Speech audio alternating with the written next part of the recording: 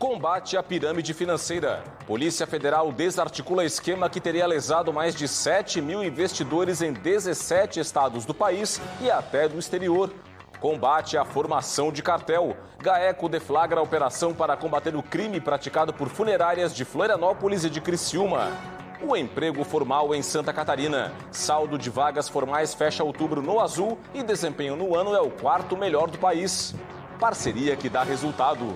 Governo do Estado e Celesc lançam medidas para promover o desenvolvimento sustentável, economia de energia e eficiência energética.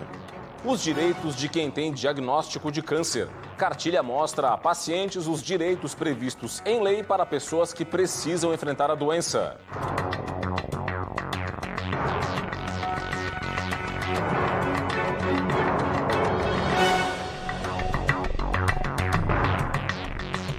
Olá, uma boa noite para você. A gente começa o Band Cidade de hoje com os detalhes desta terça-feira movimentada no que diz respeito a operações policiais.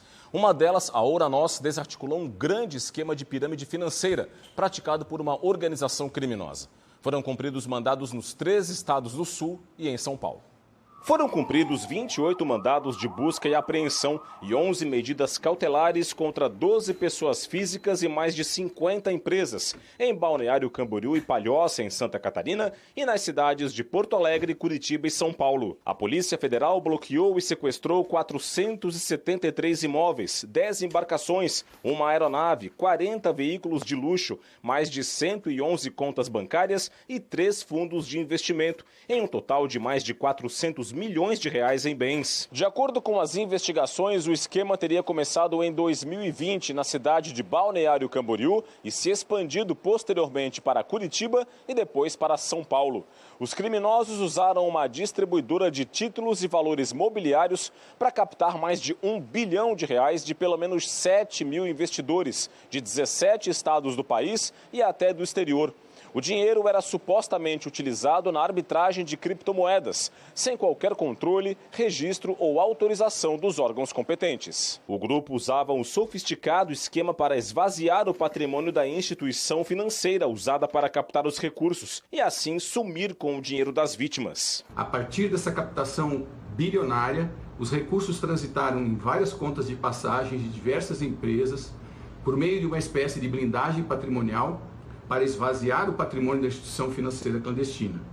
O rastreamento dos recursos nos levou a uma instituição de pagamento registrada no Banco Central e uma gestora de carteiras e outros 3 fundos de investimento. Os envolvidos vão responder por lavagem de dinheiro, organização criminosa e crimes contra o sistema financeiro nacional, além de fraudes empresariais e fiscais.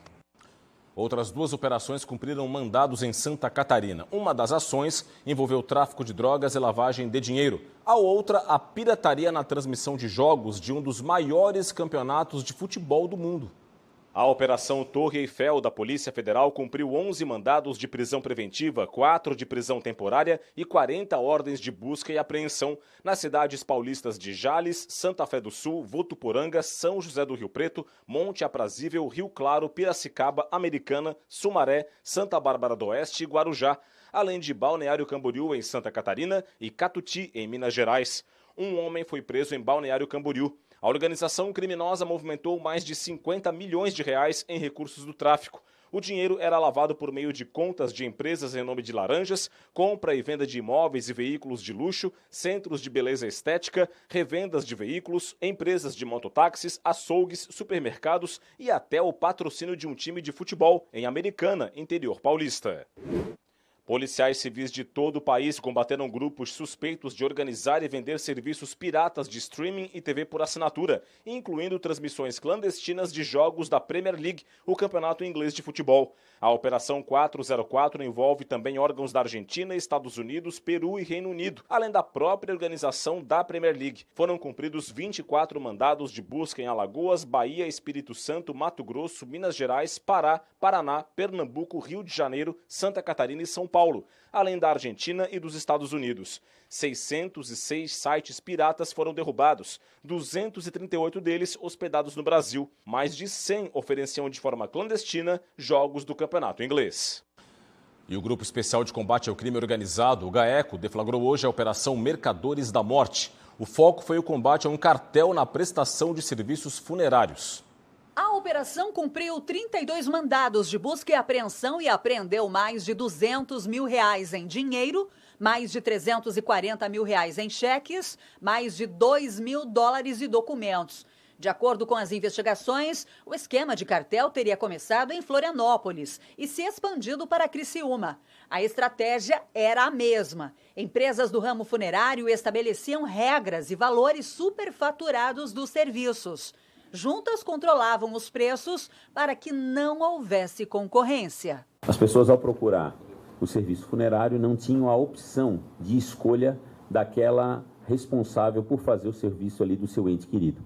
O que se verificou é que as investigações indicam que existia uma dificuldade muito grande na escolha e se faz um revezamento entre algumas funerárias, não permitindo, portanto, uma livre escolha do consumidor. A seguir no Band Cidade, o emprego formal registra saldo positivo em outubro aqui em Santa Catarina. E veja também, governo do estado e Celesc lançam medidas para promover o desenvolvimento sustentável, a economia de energia e a eficiência energética. Os detalhes depois do intervalo. Até já.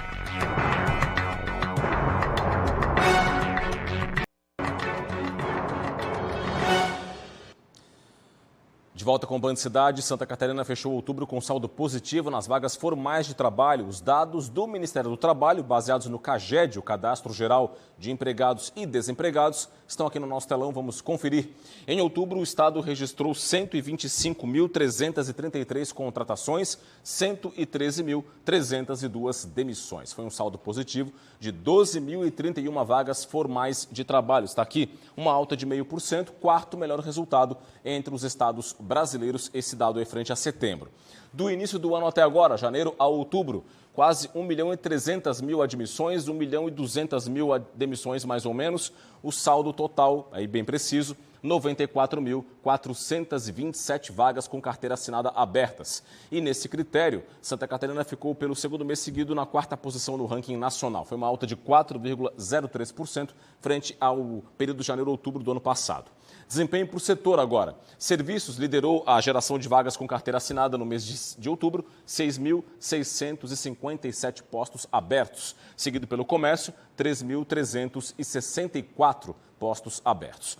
Agropecuária e indústria foram um pouquinho menores as gerações de vaga, mas também fecharam no azul, 777 na agropecuária, 732 na indústria. Por fim, o desempenho por cidades. Joinville lidera a geração de empregos formais no ano, saldo positivo de 11.363 vagas, seguida por Itajaí, 8.086, Chapecó, 4.537, Blumenau, 3.504 vagas formais e olha só, Palhoça, Grande Florianópolis, que abriu 3.285 vagas no ano.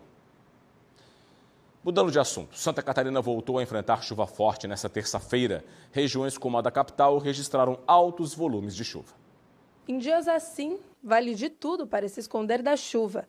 Marquises das lojas mais cheias e os guarda-chuvas tomam conta da paisagem do centro de Florianópolis. A chuva está sendo constante, né? Tá dando transtorno na cidade toda, até para me deslocar agora lá da Cachoeira do Bom Jesus até o centro, levei mais de 1 hora. Tem que sair com guarda-chuva, porque hora está chovendo pouco, a hora aumenta, então essa inconstância me obriga a me proteger um pouquinho mais. De acordo com a Defesa Civil, até o final do dia podem cair até 170 milímetros de chuva, o que supera a média histórica para o mês de novembro. Nós monitoramos as chuvas durante toda a noite. À noite caíram algo em torno de 37 milímetros de chuvas sobre a capital. O prefeito acompanhou as operações da madrugada e foram colocadas em alerta para pronto emprego equipes da assistência social, da infraestrutura, da limpeza e manutenção urbana, da Guarda Municipal e da própria Defesa Civil. Equipes da Prefeitura com hidrojatos, caminhões e escavadeiras circularam pela cidade para evitar alagamentos. O risco também é alto para deslizamentos na região.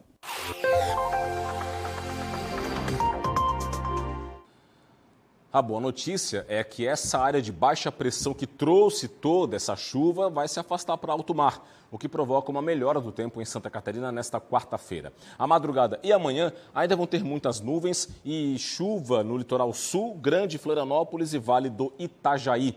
Essa condição melhora com a presença do sol em todas as regiões, mas vai persistir a chance de uma pancada ou outra isolada de chuva à tarde.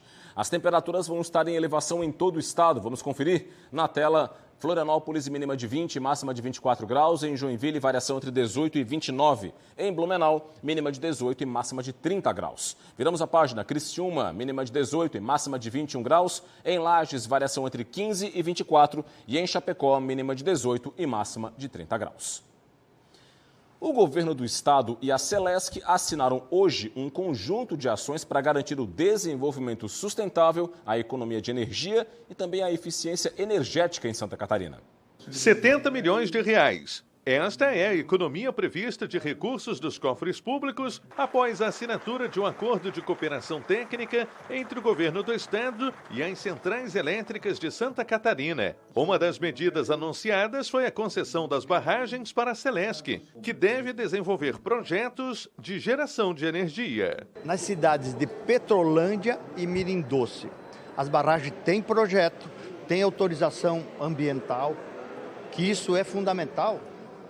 Ninguém inicia uma obra se não tiver todas as autorizações. Uma das ações a serem implementadas é o projeto Energia do Bem, que vai garantir a compra de 18 mil lâmpadas de LED, 2 mil geladeiras e 6 mil chuveiros elétricos para serem doados para as famílias atingidas pelas chuvas em Santa Catarina. No mesmo evento, foram anunciados 15 milhões de reais em novo edital do Programa de Eficiência Energética. O recurso vai permitir que os clientes da companhia que tenham CNPJ submetam propostas para a economia de energia nos estabelecimentos. A companhia também vai atuar no mercado livre de energia, com atendimento de 320 unidades consumidoras de alta tensão. Nós temos 14 unidades e tem mais essas 3 que a gente vai verificar. A oportunidade de gerar alguma energia, mas o fundamental, poder operar com um plano de operação discutido com a Defesa Civil e que a Celesc opere de forma simples, tranquila e sem gerar os transtornos que tivemos aí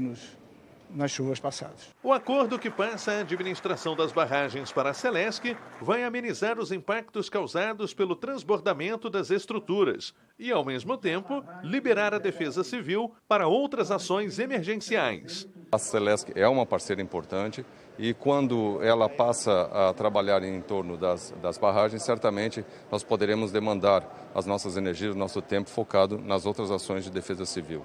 Durante o evento, o governador Jorginho Melo também falou sobre o pedido de recursos para o governo federal, a fim de amenizar os impactos causados pela enchente em Santa Catarina. A participação e ajuda do governo federal é imprescindível. Eu fui a Brasília, coloquei no orçamento, sou amigo da relatora, da presidente do orçamento, dinheiro, 700 milhões, para que o governo permita que isso conste do orçamento para a gente ter fôlego e condições. Fiesc apresenta motivos para trabalhar na indústria. Era uma pessoa bem cansada, bem exausta, queria ficar só no sofá, só assistindo TV e hoje já procuro fazer mais atividade física, ao ar livre principalmente. E me vejo evoluindo como ser humano, como pessoa. Sou técnico de manufatura 3 e trabalho na Tupi. Eu entrei com 18 anos, isso vem de família, meu avô e meu pai trabalhavam aqui. Passei mal algumas vezes dentro da empresa, não sabia por que era. Então comecei a procurar tratamento. Mas o que me ajudou mesmo foi a atividade física. E num exame periódico, me assustei com o meu peso. Quando eu me pesei, eu tinha 114 quilos.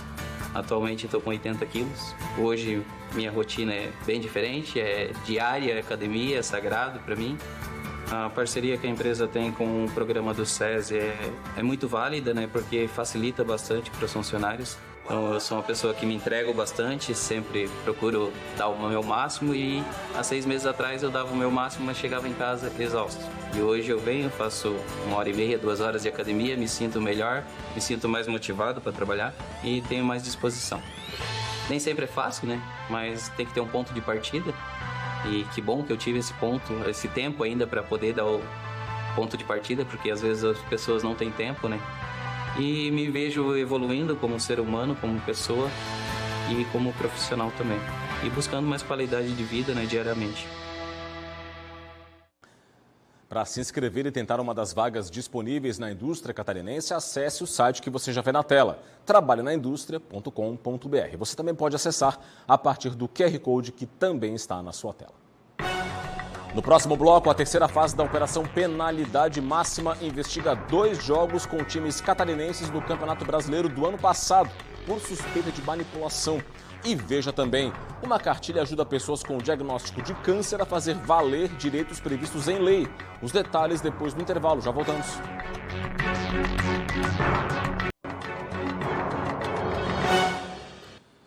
Estamos de volta. Uma cartilha tem ajudado pessoas com câncer a conhecer direitos previstos em lei. O diagnóstico do câncer de mama de Sônia veio quando ela já tinha 51 anos. Já aposentada, foi atrás de seus direitos como portadora da doença. Passar por um câncer já é extremamente complicado. Quando aconteceu isso comigo, quando me foi negado a isenção de imposto de renda, eu fiquei muito magoada. Durante esse período, ela contou com o apoio da AMUC, a Associação Brasileira de Portadores de Câncer. A paciente, a partir do momento que ela tem um diagnóstico, ela pode nos procurar e ali ela vai receber toda a acolhida, né, humanizada, com assistência social e a verificação dos direitos, o que pode ser que não está sendo cumprido, né, e que a gente tem que acionar a justiça. Os pacientes com câncer são amparados por uma série de leis que ajudam a adiantar o diagnóstico e o tratamento da doença. Para ampliar o acesso a essas informações, a AMUC criou uma cartilha que reúne de forma simplificada os direitos desses pacientes. Algumas legislações abrangem todo o território nacional, enquanto outras variam de uma cidade para outra. Para a diretora administrativa da AMUC, é preciso orientar os pacientes recém-diagnosticados para que possam acessar os seus direitos. O município de Florianópolis ele tem a isenção de IPTU, mas para a isenção de IPTU ele tem alguns critérios, o tamanho do imóvel, a renda da pessoa, então é bom averiguar isso, né? O imposto de renda, a isenção de imposto de renda, que muitas pessoas desconhecem, e outras coisas, né? Passe livre, mas tudo isso mediante ao atestado médico.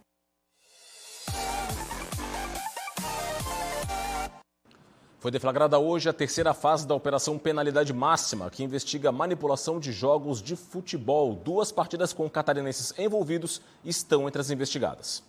Os jogos que envolveram times catarinenses foram Avaí e Flamengo, pela última rodada da Série A de 2022, no Estádio da Ressacada. Partida que terminou com vitória do Avaí por 2-1 de virada. E Criciúma 2, Náutico 1, pela 34ª rodada da Série B do ano passado. Além destes 2 jogos, outras 5 partidas estão sob investigação. 1 pela Série B, 2 pelo Campeonato Goiano de 2023 e 2 pelo Campeonato Paraibano do ano passado. O Avaí informou estar à disposição das autoridades e que repudia qualquer forma de manipulação. O Criciúma informou que a investigação se relaciona à expulsão de um jogador do Náutico. Até agora, 12 atletas já foram punidos pela FIFA por envolvimento no esquema. Um projeto prepara audiolivros para pessoas cegas. Confira. Devido a complicações na gravidez, Gustavo nasceu cego. Ele passou por transplantes de córnea, mas o corpo rejeitou. Rejeitou 5 vezes, porque como o olho ele não se desenvolveu para receber as córneas, né? A gente tentou 5 vezes, mas não foi possível. Fátima descobriu a perda gradual de visão devido a um problema genético. Eu descobri que tinha degeneração de córnea, fazia letras português na UFES, que tinha uma demanda muito grande de livros para ler e não conseguia dar conta. Eu não conseguia ler bem de perto. Foi a partir da própria história que ela teve uma ideia. E assim nasceu o projeto Releituras, livro acessível, considerado uma versão 3D do audiolivro. Então eu procurei um material alternativo, me lembrei do audiolivro, fui escutar o audiolivro, achei muito chato, achei muito monótono e lembrei da radionovela. Então fiz um piloto de um audiolivro em formato de radionovela. O resultado para mim foi bom. Eu pensei, talvez seja bom para outras pessoas também. Inclusive, eu tinha uma aluna cega que estudava também na minha turma de letras português. eu apresentei esse projeto para um professor meu. Esse professor deu a ideia de transformar em projetos de extensão e a gente convidou voluntários da universidade para gravar, porque daí a gente poderia facilitar o acesso, a acessibilidade dos alunos, tanto de letras português como de outros cursos, a textos. O projeto de transformar clássicos da literatura em audiolivros surgiu para auxiliar o acesso de pessoas cegas à leitura. Hoje, já são mais de 100 livros gravados. Era uma vez uma agulha que disse a um novelo de linha: por que está você com esse ar toda cheia de si, toda enrolada, para fingir que vale alguma coisa neste mundo? Elizabeth decidiu apoiar a iniciativa e foi uma das primeiras voluntárias. Eu sempre gostei muito da leitura falada, de ler em voz alta, né? Mesmo desde pequena. Então, um dia eu estava buscando algo que pudesse me ajudar a desenvolver isso, né? Mesmo adulta. E aí encontrei no Google o projeto Releituras, né? A busca por voluntários. E a partir daí entrei em contato com a Fátima, que nos recebeu muito bem, e comecei já ingressei fazendo leituras nesse projeto. O trabalho precisa do apoio de voluntários, narradores, contadores de histórias e produtores. Toda ajuda é bem-vinda. Eu convido a todos que gostam de ler e que queiram contribuir, né, por uma sociedade de inclusão, que participem, que vale a pena. É muito valoroso para quem faz. Uma boa noite para você e até amanhã.